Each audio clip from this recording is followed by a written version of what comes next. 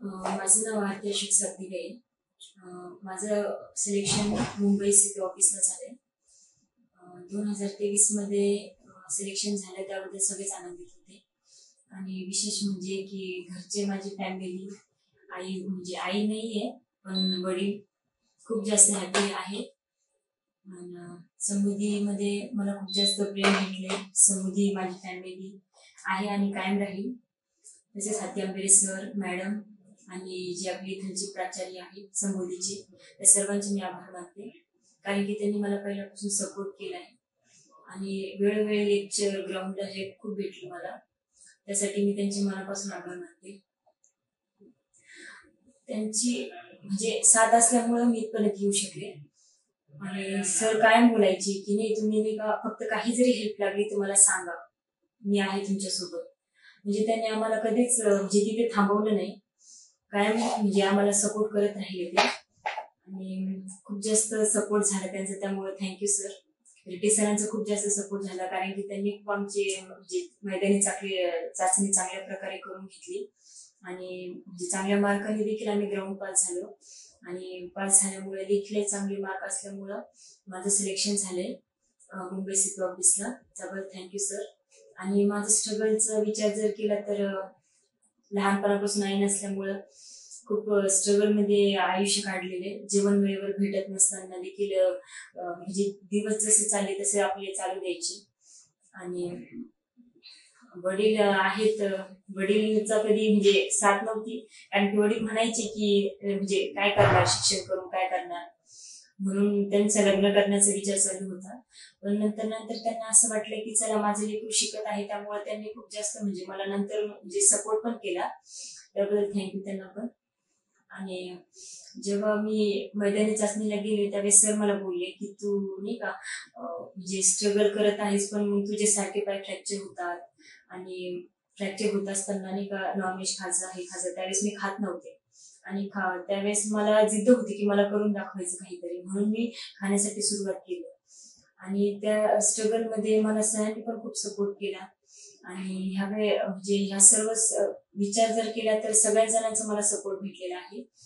आणि मी खूप म्हणजे स्ट्रगल करत इथपर्यंत आलेले की मला सर्व म्हणजे रिलेटिव्ह बोलत होते की नाही, तू होऊ शकणार नाही, तू काय करणार, शिकून काय करणार आहे, आणि तू बारीक आहेस, तुझ्याकडून होणार नाही, सारखे पाय फ्रॅक्चर होतात तुझे, असं बोलत असताना मला त्यांनी खूप म्हणजे असं निगेटिव्ह मध्ये टाकलं होतं.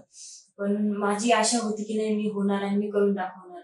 म्हणून मी याआधी 2019 मध्ये फॉर्म भरला होता, पण त्याची कोरोनामुळे म्हणजे पेपर न झाल्यामुळे 21 मध्ये पेपर झाले. माझं नर्सिंग पण झालेलं आहे. आणि नर्सिंग झाल्यानंतर मी 6 महिने सिग्मा हॉस्पिटलला जॉब केला. जॉब करत असताना मी म्हणजे माझा 8 मार्कांनी रिझल्ट गेला. तो रिझल्ट गेल्यामुळे मी मागच्या वेळेस काही होऊ शकले नाही पोलीस, म्हणून मी तो जॉब म्हणजे सोडून दिला. आणि सोडून दिल्यानंतर परत 1 वर्ष पूर्ण मी ट्रेनिंग केली, ग्राउंड आणि लेखी दोन्ही पण केले. 2022 मध्ये समृद्धीमध्ये माझा नंबर लागलाय. आणि नंबर लागल्यामुळे मला सरांनी खूप जास्त हेल्प केली. मला क्लासेस फ्री भेटले, ग्राउंड सगळं काही, की मी ग्राउंड पण लावू शकत नव्हते, माझं असं होतं, कारण की सरांची फी खूप जास्त असल्यामुळे. पण म्हणजे समृद्धीचे प्राचार्य आणि हाती आंबेरे सरमुळे ते शक्य झाले. सर आम्हाला डाएट साठी सुद्धा खूप हेल्प केली. म्हणजे सकाळी डाएट सुद्धा आम्हाला फ्री मध्ये भेटत होता.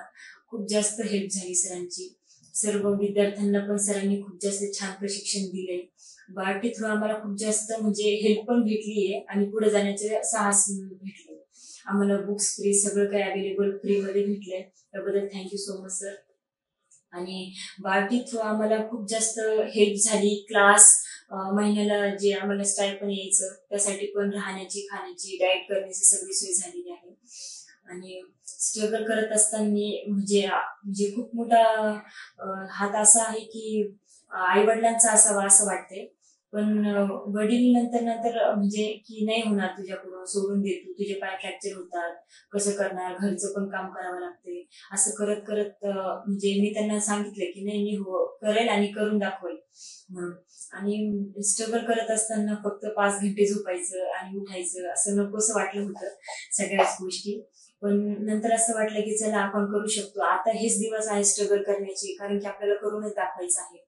आणि फक्त 5 घंटे झोपायचं, सकाळी उठायचं, स्वयंपाक करायचा, स्वयंपाक झाल्यानंतर पुन्हा नाही का ग्राउंड झाल्यानंतर रिडिंगला जायचं. रिडिंग मध्ये झोप यायची, अभ्यासही होत नव्हता ग्राउंडला थकल्यामुळे. पण असं म्हणजे चालू होतं. नंतर आमचे फॉर्म भरल्यानंतर ग्राउंडला मला 39 आले 50 पैकी.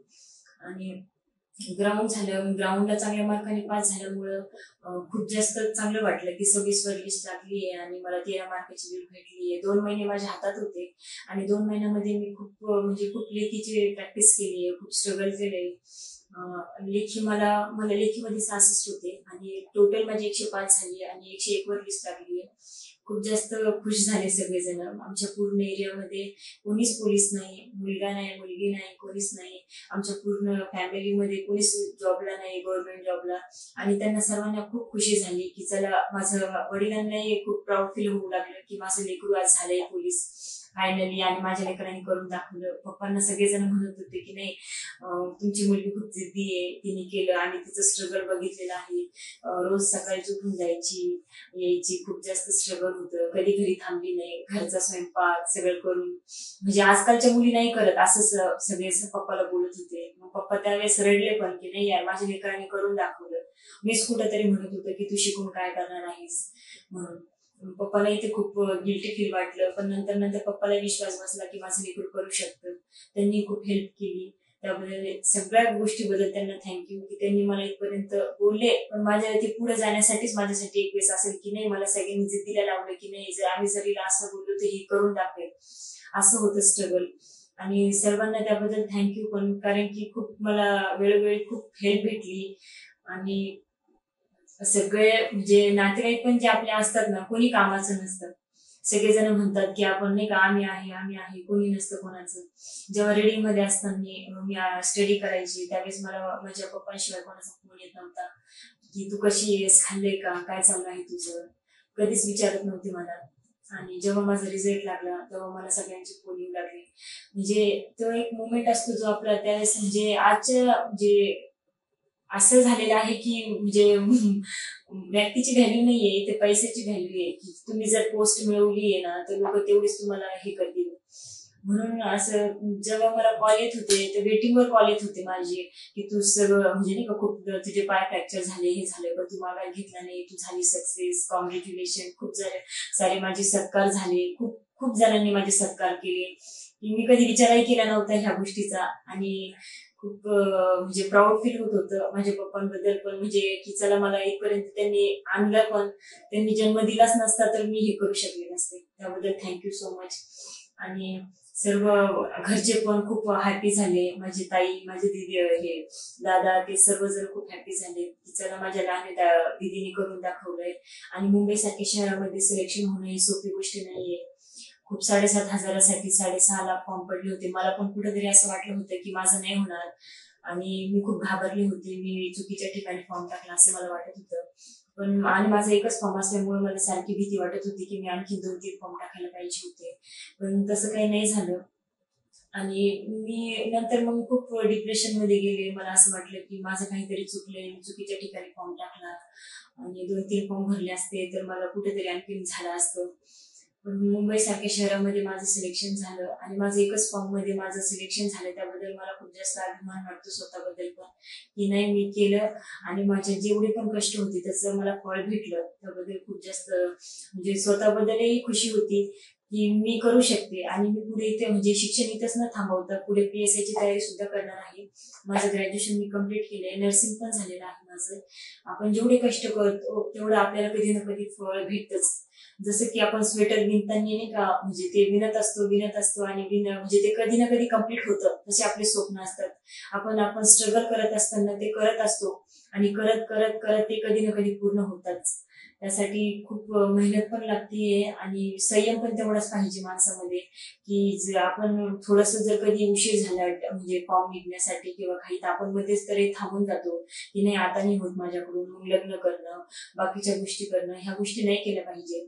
आणि जे स्ट्रगल करूनच आपण इथपर्यंत येतो. सहजासहजी कोणी येत नाही आणि प्रत्येकाचं स्ट्रगल हे स्ट्रगलच असतं. म्हणजे सोप्या गोष्टी भेटल्या म्हणजे पहिलेच यशामध्ये जर जॉब भेटला तर आपल्याला त्याचं महत्व राहत नाही. त्यामुळं जर आपल्याला स्ट्रगल करून एखादी गोष्ट भेटते तर त्याची व्हॅल्यू पण तेवढीच राहते आपल्यासाठी. त्याबद्दल मी खूप हॅपी आहे आणि सर्व प्राचार्याचे त्यांचे सगळ्यांचे पुन्हा एकदा मी स्वागत म्हणजे मनापासून मी त्यांचे आभार मानते आणि त्यांनी माझं स्वागत केलं, सत्कार केला त्याबद्दल पण थँक्यू सो मच सर.